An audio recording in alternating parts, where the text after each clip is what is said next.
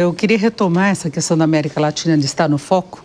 Eu já tinha citado antes a possibilidade de Milei ter vantagens pelo alinhamento ideológico. E aí, como é que o Brasil fica? O Brasil, que o senhor já colocou, que tem problemas de competitividade, a gente sabe que tem uma fragilidade também do ponto de vista fiscal. Nós estamos num momento de elevação dos juros, né, com a inflação voltando ao radar das preocupações. Então, a gente tem desvantagens internas em termos competitivos, fora a questão tributária. Sim. E aí entra a ideológica também. O Brasil está sujeito ao aumento de tarifas por parte dos Estados Unidos, porque aí entra a questão da agropecuária, que é importante para os Estados Unidos do ponto de vista de controle de inflação.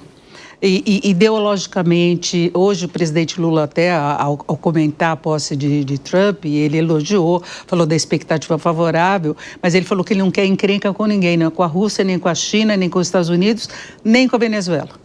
E a Venezuela também vai estar no radar de Trump. Então, eu queria saber como é que fica, na sua visão, essa relação Brasil e Estados Unidos, não só do ponto de vista político, mas econômico. O Brasil tem como ter alguma vantagem? Vamos falar sobre o Brasil, é o tema mais importante, Denise, mas eu queria fazer um pequeno comentário antes sobre a Argentina e por que para a presidência Milei, a presidência Trump é tão importante, né? Você se lembrará, como grande jornalista econômica que é, da chamada crise dos fundos abutres na Argentina, que tem mais ou menos uns 12 anos. Né? Por quê? Porque o passivo soberano argentino era impagável, como aliás hoje também me parece impagável, muito difícil. Então, o que se fez? Chamou-se todo mundo que tinha títulos da dívida argentina, né, credores argentinos, por uma renegociação. Veja, no seu valor de face aí você tem $1 de dívida, só que é o seguinte, eu não vou te pagar esse $1, você nunca vai receber. Agora, se você topar receber uma fração desse valor, não vamos chegar num acordo. E, essencialmente, assim, mais de 90% dos credores, né, da dívida soberana topou essa renegociação, um desconto substancial sobre o valor de face. Agora, teve aí uns 3 ou 4 fundos que não toparam. Foram apelidados, na época, pela presidência Kirchner, de fundos abutres. Né? E aí, o que aconteceu nessa época? De 12 ou 14 anos para trás, sei lá, os argentinos deviam ter uns 3, 4 mil credores soberanos. A partir dessa negociação, eles saíram com uma dívida maior, mas com menos credores. Hoje, quem são os principais credores da Argentina? É o Clube de Paris, tá certo? Que na realidade são governos, e o Fundo Monetário Internacional. O Fundo Monetário Internacional é um clube de liquidez. Esse clube de liquidez tem um sócio majoritário. Chama-se Governo dos Estados Unidos. Quem senta no Conselho de Governadores do Fundo Monetário Internacional é o secretário de Tesouro dos Estados Unidos.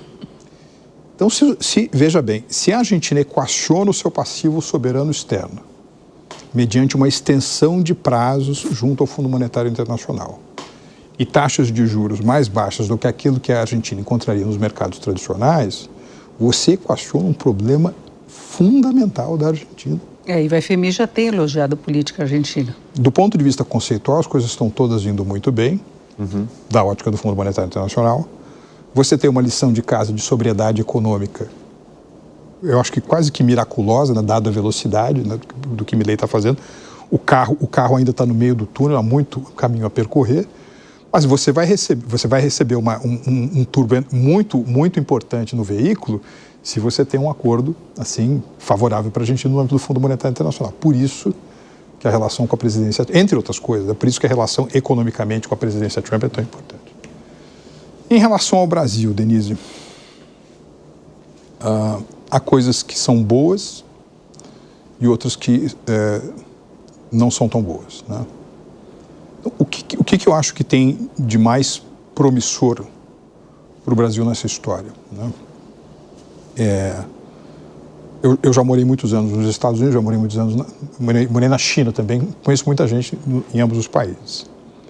E os chineses, nesse momento, acham que vem por aí um período extraordinariamente complexo, em que eles são fortes, mas os Estados Unidos são mais fortes.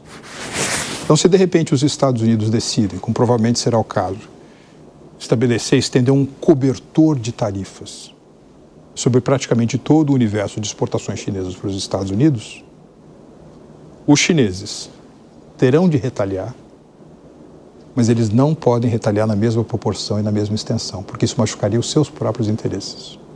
Então, o que os chineses têm que fazer? Eles têm que identificar aqueles setores da economia americana em que existe uma desproporção entre o que aquele setor representa no PIB americano e o tamanho da voz que esse setor tem no Congresso dos Estados Unidos, nos lobbies em Washington. E esse setor é o setor agrícola. É no Trump 1 a soja que ganhou. Exatamente. Então agora, né, o único país do mundo que tem a capacidade de fazer um efeito de substituição de muitas das coisas que a China compra dos Estados Unidos é o Brasil, né? Aliás, até 2018, o principal exportador de alimentos para a China eram os Estados Unidos. O Brasil tomou esse lugar nos últimos 5, 6 anos. E ele tem uma chance muito grande de aumentar o teto das suas exportações para o mercado chinês, como resultado, me parece, dessas medidas que os chineses já estão criando restrições, por exemplo, a exportações chinesas de minerais críticos. Eu acho que uma outra medida que vem por aí de retaliação será comprar menos dos Estados Unidos no setor agrícola e mais do Brasil, portanto, você tem um ganho importante para o Brasil. Acho que isso é interessante. Agora, do ponto de vista político, assim, eu comecei a estudar economia, enfim, fiz faculdade nos anos 80, né, comecei a me interessar por esses assuntos naquela época, entrei no Itamaraty no início dos anos 90. Eu não consigo me lembrar de uma situação em que não há absolutamente canal nenhum de comunicação funcionando bem entre essa nova administração americana e o governo brasileiro. Nenhum.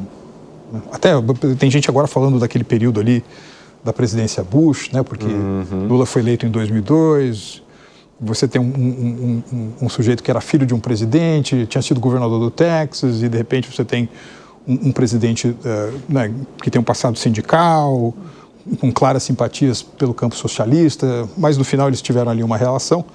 Não é um bom parâmetro. A situação agora é muito diferente, o presidente Trump é muito diferente do presidente Bush, e não tem ninguém fazendo essa ponte. Naquela época tinha, aliás, acho até pessoas que tinham muito acesso à presidência Bush, ao Partido Republicano. Hoje você não tem ninguém fazendo essas conexões. Portanto, o Brasil está muito distante.